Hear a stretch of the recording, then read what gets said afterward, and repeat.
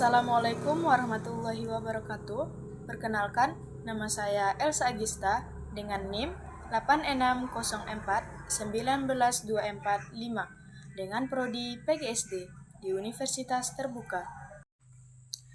Pada kesempatan kali ini, saya akan membahas 3 pilar landasan filsafat ilmu, yaitu ada ontologi, epistemologi, dan aksiologi, di mana ketiga pilar ini tidak dapat terpisahkan, karena ada ontologi, yaitu menelaah hakikat objek yang dikaji atau dalam kurung apa, dan epistemologi, yaitu membahas metode perolehan ilmu pengetahuan atau bagaimana, dan yang terakhir ada aksiologi, yaitu menelaah nilai guna atau manfaat.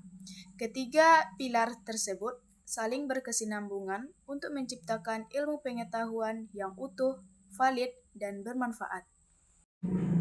Di sini, saya akan menjelaskan secara rinci apa itu ontologi, epistemologi, dan aksiologi.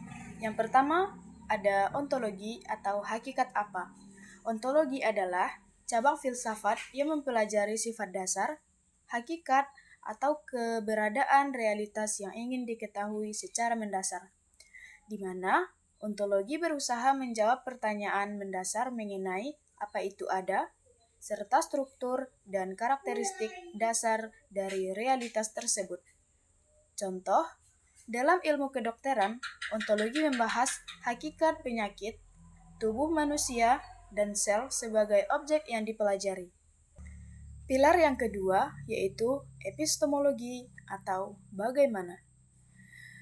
Epistemologi adalah cabang filsafat ilmu yang mempelajari asal-usul, sifat, metode, batasan, dan keabsahan pengetahuan manusia, di mana epistemologi adalah studi tentang metode, sumber, struktur, dan validitas pengetahuan.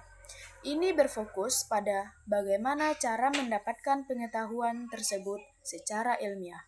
Contoh, dalam ilmu kedokteran, epistemologi menggunakan metode ilmiah seperti eksperimen laboratorium, observasi klinis, dan uji klinis untuk memahami penyakit.